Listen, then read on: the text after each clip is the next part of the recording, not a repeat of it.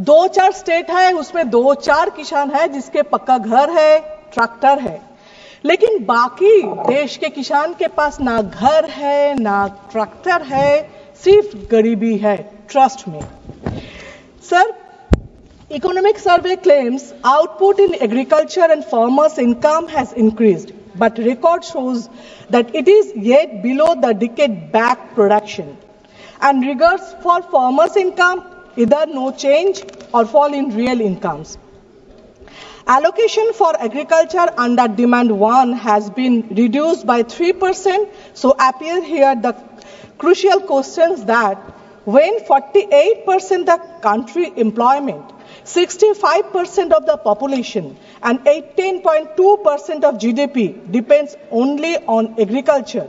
Therefore, question number 1, why there is a cut of 3% in the allocation? And question number 2, how can merely 3% allocation of the total budget do justice to such massive dependency?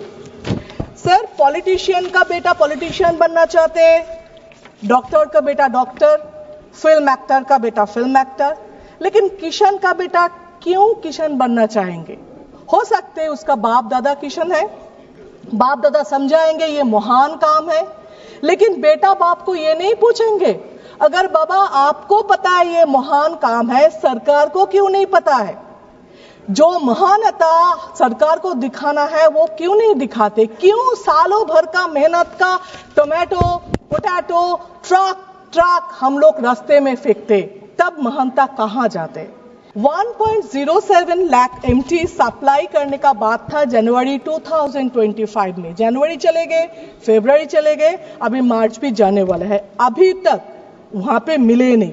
अभी तक waste Bengal में किसान के पास fertiliser पहुंचे नहीं।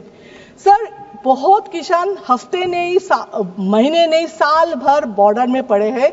Day before yesterday उन लोगों को निकाला है।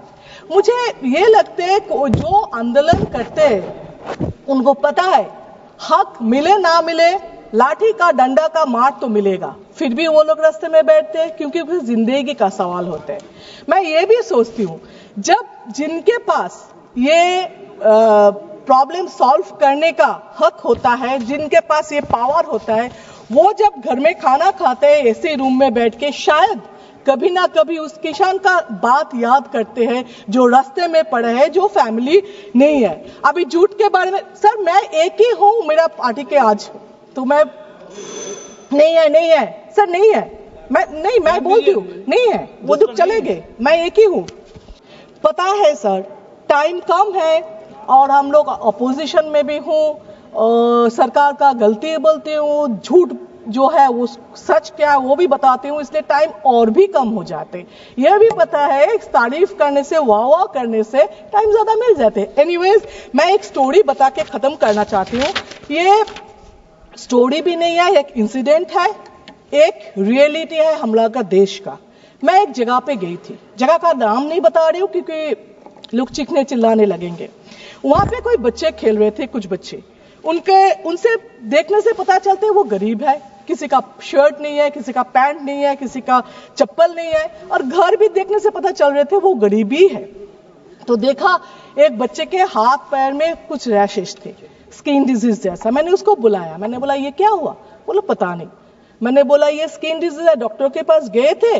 बोला नहीं, उनके पास तो डॉक्टर बहुत दूर की बात है, कुछ होते थे माँ शायद कोई लगा देते, हल्दी चरण ये सब, लेकिन वो फिर भी बोला नहीं। फिर मैंने बोला तुम नहाते नहीं हो? क्योंकि पता है बच्चे लोग नहाने से भागते, और जो मिट्टी में खेलते शायद वो मिट्टी कीचड़ उसको लगने से वो स्किन डिजीज हुआ। मैंने फिर से पूछा नहाते नहीं हो? तो बोला नहीं। मैंने बोला देखा ना इसलिए होते। फिर मैंने बोला क्यों नहीं नहाते हो? बोला नहाने के बाद ज्यादा भूख लगते हैं। सोचिए अगर नहाएंगे तो उसको ज्यादा भूख लगेंगे और भूख लगने से खाना नहीं मिलेगा, इसलिए वो लोग नहीं नहाते।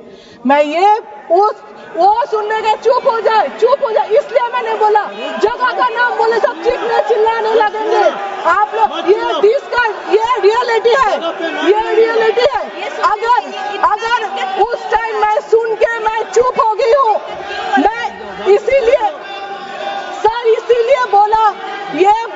ये चीखेंगे, ये चीखना चिल्लाना इसीलिए ये देश का है। लेकिन मैं उस दिन वो सुनने के बाद चुप रही, लेकिन मैं ये बात करूंगी सरकार को, ये सुनने के बाद प्लीज आप लोग चुप मत रहे, कुछ कहे कुछ करे, ऐसा चीखना नहीं, काम करना है। Thank you sir.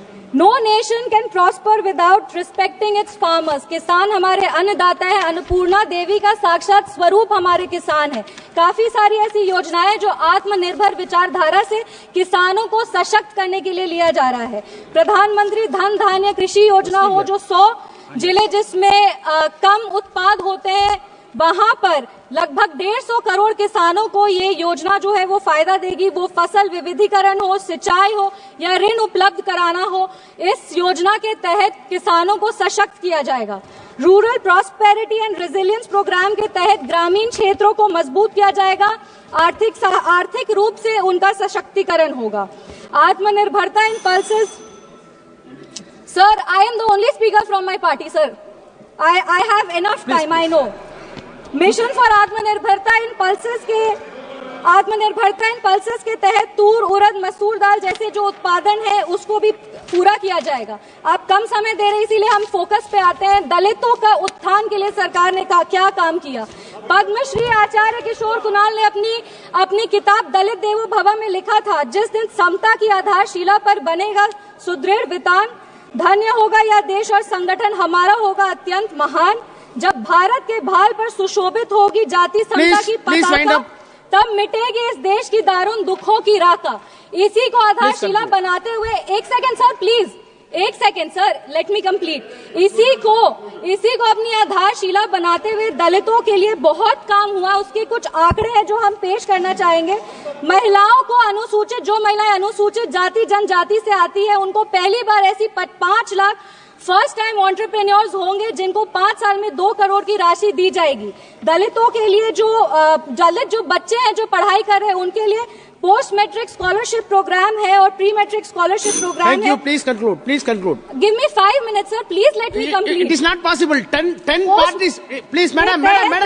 10 parties together have been allotted only 17 minutes. Already you took 7 minutes. Post matric scholarship scheme के तहत 2024 में लगभग 4.5 लाख ऐसी छात्रों को 5 करोड़ की छात्रवृत्ति वितरित की गई है और प्री मैट्रिक स्कॉलरशिप स्कीम के तहत 18 लाख छात्रों को 437 करोड़ की राशि दी गई है। सर, अनुसूचित जनजाति बिहार में लगातार जातियों को सिर्फ राजनीतिक लाभ के लिए इस्तेमाल किया गया था जब विपक्ष की सरकार थी। इंदिरा गांधी जी बेलची गांव गई थी हाथी पे चढ़कर, उसके बाद भी उन्होंने सिर्फ और सिर्फ उनके लाभ के लिए दलितों को प्रताड़ित किया गया। जब लालू यादव जी आज समाजवाद पे बहुत लंबे भाषण देते हैं, पर ये बात सत्य है कि अगर सबसे ज्यादा दलित को प्रताड़ित किया गया था तो वो उन्हीं की शासनकाल में किया गया था।